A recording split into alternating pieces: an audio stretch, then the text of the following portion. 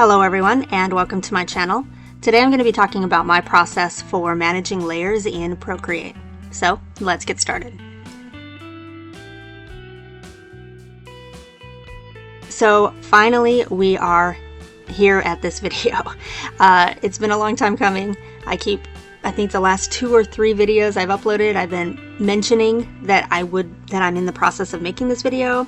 But of course, life just kept happening, and this year has been a little bit chaotic. We had a family member injure themselves, and we had to leave the state to take care of her for about a month. And then when we got back, my husband had to have surgery, and he was down and not able to really do much of anything for a month. And it's just been kind of back-to-back things happening. So a little bit of a crazy year. And of course, all of those things sort of took precedence over even creating art, let alone making videos about creating art. But now everything's finally settled down, at least for the moment. So I am able to finally get around to this video. And the reason that I wanted to get to this video so much is because it was requested multiple times.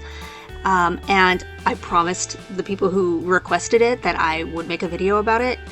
And then I guess I should have left the caveat of eventually. So I do want to talk about 2 things really quick before I just get started into the video. First, this coincided with my yearly self-portrait that I do for my birthday. I started this tradition a few years ago that during the month of my birthday, which is June, I do a self-portrait. So you're going to be seeing me painting a picture of myself in this video.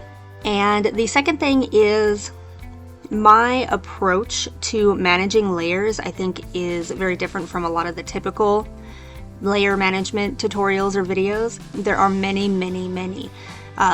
tutorials or process videos for managing layers, either in Procreate or really any digital art program. Literally anything that you want to use, I'm sure you can find a tutorial on managing layers. But what I typically see in that sphere is how to keep dozens and dozens of layers manageable, so that proper layer naming, proper layer grouping, proper layer stacking, like all of that stuff. And that is not the approach that I take. I tried for several years to do that sort of layer management, and for me, the process of managing layers that way takes me out of the flow of creating the art. That's sort of like a project management workflow. And I guess just my brain can't switch between creating art or being artistic and managing a project very well. So that is not, I finally found a workflow that works better for me, and that is honestly keeping the layers to an absolute minimum. I try to use as few layers as possible, and when I am happy with a layer that I'm working on, I very often will just merge it with the layer below so that everything becomes one. And the first method that I just mentioned of layer management, where you have dozens and dozens, is typically referred to as non-destructive, because you have all of these different layers doing all of these different things. If you ever want to take a step back or you're unhappy with something, you can just turn a layer off or delete it. My process for managing layers, I guess, would then be called destructive, because if you're unhappy with the way something is working about 10 steps down the road, you're not able to just take a layer and delete it or turn it off. But I have found that, especially when it comes to digital art, there's really nothing that is not undoable. Like, there's nothing that can't be painted over or fixed or altered if you're not happy with it. Even something major like altering all of the colors of the image. All of those things are fixable. It might take a little bit more work to fix it once you've merged everything into one picture, but it is still fixable. So I am very happy to do this method of layer management, using as few layers as possible. I never worry about naming them, and it keeps me in the flow of actually creating. So with all of that said, I'm going to go ahead and get into the actual layer management process that I use. Okay, so first I'm going to start with the sketching that I do, the sketching and the line art. I'm not doing a drawing tutorial right now, so we're not going to go over how this was drawn. But what I do for sketching out my pictures is what I call a structure sketch, which is essentially getting like all of the main shapes down for the image This is a simple portrait, so it's a relatively simple process, but I do this to kind of determine where everything is going to be and the size of everything. So like the head going into the neck, where the shoulders are, things like that. And once I am happy with just the base of like where everything's going to be on the canvas, then I will lower the opacity of that layer to 50% and create a new layer on top. And this is what I call the actual sketch, or maybe the refined sketch. And that is where I am going to decide like the shape of the eyes, the shape of the nose and mouth, the actual outline of the face, and more details like the clothing shape and things like that. When I'm happy with the refined sketch, I will merge it with the structure sketch below. So now the sketch layer is just one layer. I will again lower it to about 50%, and then I will either do another even more refined sketch depending on the complexity of the image I'm working on, or I will move right into inking. And in this case, since it's a relatively straightforward just portrait, I just went into the inking stage.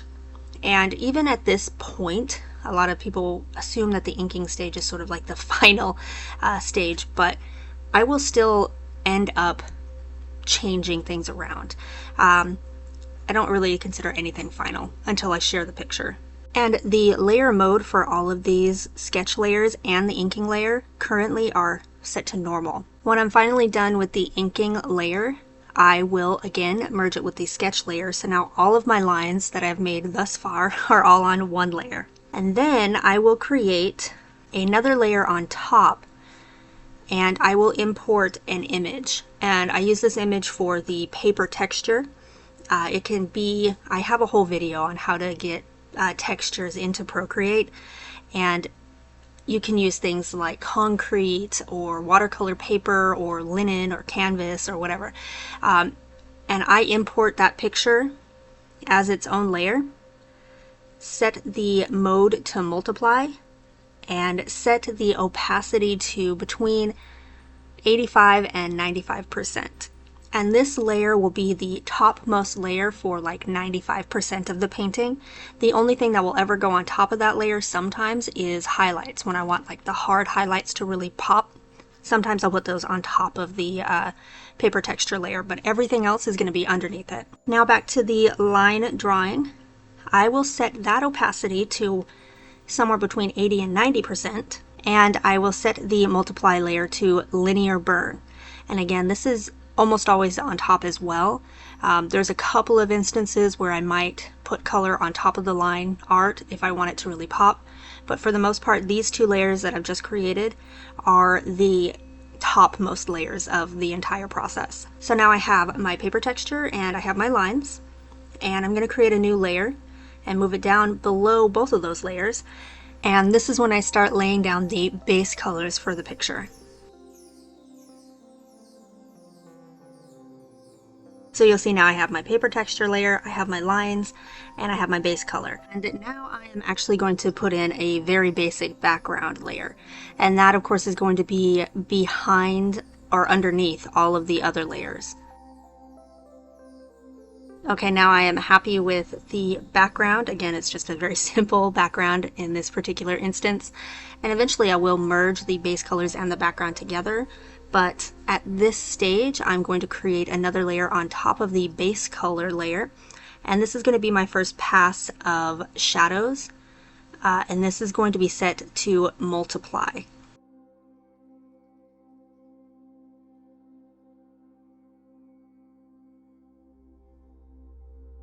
So this is the base shadows layer, and you can see that I set the layer as a clipping mask. And this is the reason why I didn't merge the main shape or the base colors with the background just yet, because I wanted to create a clipping mask so that any of the large shadow areas that I painted would stay within the bounds of the figure that I originally painted. And now I am happy with this first pass for the shadows, so I'm going to go ahead and merge it with the base color layer. So now the figure is all on one layer, the background is its own layer still, and we still have the lines and the paper texture layers. And now I'm going to create one more layer on top of the base colors. This I'm going to leave set to normal. I'm going to choose a lighter pink color, and I'm going to be using this for the very base layer of highlights. And of course, I'm also going to set this layer as a clipping mask, so any of the highlights that I paint are going to stay within the main shape of the figure. And when I'm happy with painting in these highlights, I'm going to go ahead and merge it with the layer below. So again, we have the main figure, all of the coloring for the main figure on one layer, and we have the background layer, we have the line art, and then we have the paper texture. Those are the only layers that we have right now. So now I'm going to go ahead and create one more layer, and this I'm going to set to multiply. I'll leave the opacity at 100% for now. Sometimes I do adjust the opacity afterwards, but I'm going to go ahead and choose a like purplish color. And this is going to be some more of like the drop shadow, the harder shadows of the image. I like to choose like a cooler purplish blue tone typically for my hard shadows or my drop shadows. This is just a stylistic choice, but this is what I'm going to go with. So I'm going to go ahead and paint in those shadows now. So you'll see that I did change up the color a little bit as I moved throughout the image, just to kind of keep color cohesion going. So it's a little bit more of a warmer purple, almost like pink color for the parts of the hair, and then like a bluish color for the jacket and the shirt. But this is the layers that we're looking at right now. We got the base color, we got the background, we got that hard shadow, the lines, and the paper. One thing I didn't really like about this particular image was like the cropping of it. I didn't really like the composition, so I am going to adjust that just slightly, and you'll see at the top while I'm doing that the number of layers that I'm allowed to have within the image do change. So right now the max layers that I can have is 9, which is fine because I usually work within like 5 to 7 layers at any given time. I'm a little bit happier with this cropping, so I'm going to move on. I'm going to lower the opacity of this hard shadow layer a little bit because it's too intense for the feel that I'm going for in this particular image. Yeah, we'll stick to 42, and I'm happy with that, so I'm going to merge it down.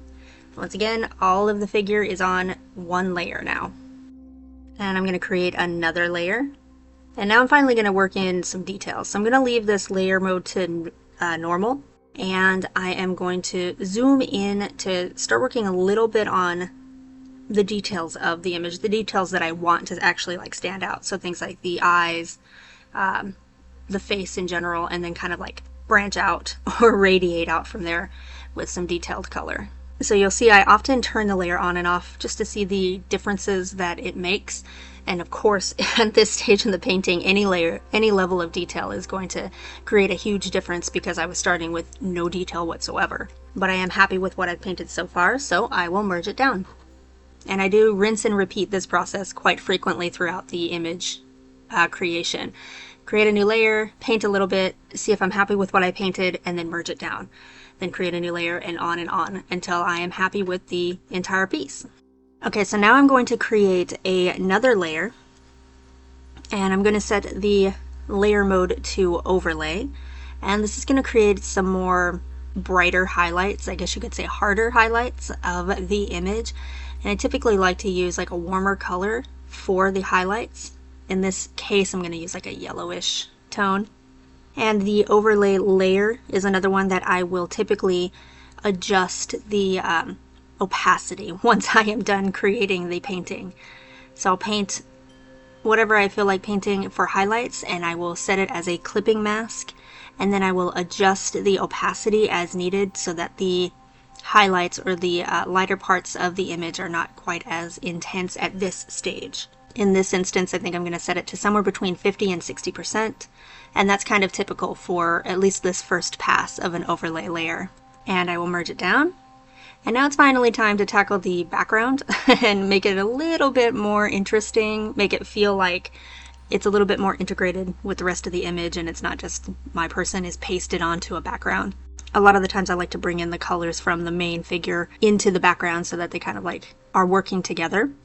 Now I'm happy with the background layer and the top layer being merged into one. So now I have all color, all of the like actual painting on one layer. I have the lines on a different layer, and then I have the image of the watercolor paper texture on its own layer. And I will say that at one point, it wasn't recorded. Unfortunately, I forgot to record this part, but I did change up the line art. So the line art for the jacket and the shirt are like a bluish black color. Then the line art for the hair is a pink color, and the line art for the face is like a dark beige or brown color. But now we are back down to 3 layers, if you don't count the background color, which is just always there for Procreate. And sometimes in this process, I kind of want to paint just directly on the one layer that I have all colors on at this point, but I don't want, just in case I make any mistakes, I don't want to ruin that layer that I have. So I will just duplicate that layer, and I will paint on the duplicate version of that layer. So in this case, I am actually just boosting the contrast between the shadows and the highlights in this image. And I'm just going to do it all on the colored layer. And then I'm going to turn that layer on and off so I can see the difference that my painting made. And if I'm happy with the changes that I made, then I will just get rid of the first version of the color layer that I had. And in this instance, I am happy with the changes that it made, just boosting the contrast between the shadows and the highlights. So I will delete the first version of the colors that I had, and I will continue on with this new version. So I'm going to create another layer, and I'm going to leave the layer mode to normal, and now I'm just doing some finer detail work. And again, I'm just kind of checking, am I happy with the changes that I made? Turn the layer on and off. I am, so I combine the 2 layers together.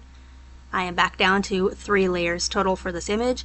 And finally, I can create a layer on top of the line art layer. So up until this point of the image, I'm very close to being done. But up until this point of the image, I painted pretty much everything below the line art layer. In this instance, I'm painting over the line art layer because I want these details to pop a little bit more. And it's hard to tell. Sometimes I turn the layer on and off to kind of see the difference that the details I just painted in make. But in this particular instance, what I was doing is painting sort of stray hairs to add a little bit more detail to the hair in general. And plus, I just know my hair is generally pretty crazy and has flyaways and stray hairs all the time. So I just wanted to add that as a little detail. And I turn the layer on and off again just to see the difference that it makes. And finally, I'm going to create one more layer, and this is going to be above even the paper texture layer. And this is what I was talking about at the very beginning. I will often do highlights above even the paper texture so that they have that extra pop. If you do the highlights underneath the paper texture, that's perfectly fine as well. It just makes it so that the multiply blend mode of that paper texture layer dampens the brightness of the highlights a little bit. So it really depends on if you want to go for like really poppy highlights, or if you want the highlights to kind of meld a little bit more with the overall feel of the image. So it's finally time for me to do the finishing touches on this image.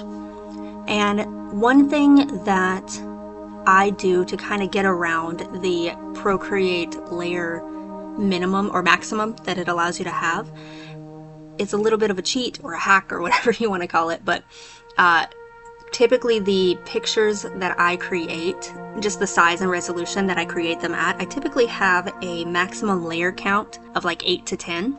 And again, for most of my painting process, that's perfectly fine because I typically stay between 5 and 7 layers. But at the very end, I do want to make some changes to the whole image. And in another program like Photoshop or Clip Studio or anything like that, you would be able to group all of the layers of your painting together and then multiply that group and flatten it so that you can make changes to the whole painting. So, and if you want to like liquefy or make adjustments to just everything at once, you can do that pretty easily all within the same file.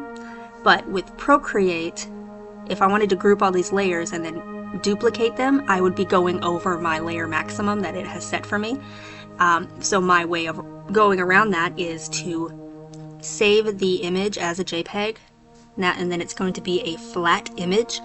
Then I will open that image in Procreate and I will start making adjustments to that in a separate file. So here you will see that process. I am now, instead of clicking on the plus sign, I am clicking on photo, and then I choose the photo that I want to work with. It'll take a second to say importing, And now you'll see that I have this photo or this image that I just made. Everything is all on one layer. It's just a flat image. And I will duplicate this and I will start making the adjustments that I want to make to finalize the image. So the very first thing that I do, listen, this is something that everybody tells you to do in the drawing phase of the picture, and it's very good advice that I never ever follow. For whatever reason, I don't get around to flipping the canvas and making adjustments until I am pretty much done with the picture. I just feel like it's a little bit easier for me to see the flaws or the things I don't like in a finished image than it is for me to see it in just line art. So I don't do the flipping of the canvas and the adjusting until this stage of the painting. And then I'll go ahead and merge that down because I am happy with it. And I will duplicate it one more time because there's still a couple of changes that I want to make. The first one is going to be the curves, and what curves will help me do is boost the contrast within the image. This one has a pretty fair amount of contrast even as it is, but sometimes I will be creating a painting, especially if I'm emulating watercolor or marker, that doesn't have very decent contrast. If I were to switch it to black and white, it would kind of look like all one form. So I will use curves to boost the contrast. And the way that works is the dot or the point that's on the far left adjusts the shadows in the image, and the point that's in the upper right adjusts the highlights, and then everything in between is kind of like gonna adjust the midtones. So you can play around with these points to see what they do and kind of get an effect that you like. The slightest movement makes giant change. So you definitely want to just have a light hand if you're using this to adjust anything in your image. Okay, and again, turn on and off. Turn the layer on and off to see if you're happy with what you've done. And sometimes I like the change, but I feel like it's too intense, so I will lower the opacity so it makes the change a little bit less intense. And then when I'm happy with it, lower or merge the layers again. And it is finally time to sign the image. And I'm a little bit old school. I know you should have a preset brush or a stamp or whatever with your signature, but I like to hand sign all of the paintings that I make digitally or traditionally. So I do go through the process of just writing out my signature by hand every time. It only takes a minute or two anyway, so it's not that big of a deal. I do tend to make my signature pretty big, and then I resize it and put it in a place that I feel makes sense. And this is the final piece that I will actually share to social media and call done. So that is my complete process for managing layers. Obviously, the number of times that I do the rinse and repeat of creating a new layer and merging it down varies depending on the complexity of the image that I'm doing. So an image like this that I painted as a commission for a client, I did that rinse and repeat process, I don't know, like 30 times, I'm sure. So I still create dozens of layers. I just don't keep the layers that I created in the file for very long. I just merge them down very quickly. And that kind of keeps the workflow uncluttered for me and keeps me in the creative mode, so that I don't have to worry about like what I'm going to name a layer, where I'm going to put it, how I'm going to group the layers together, things like that. So hopefully this is helpful. If you have any comments or questions, please leave them in the comment section below, and I will see you in the next video. Thank you for watching.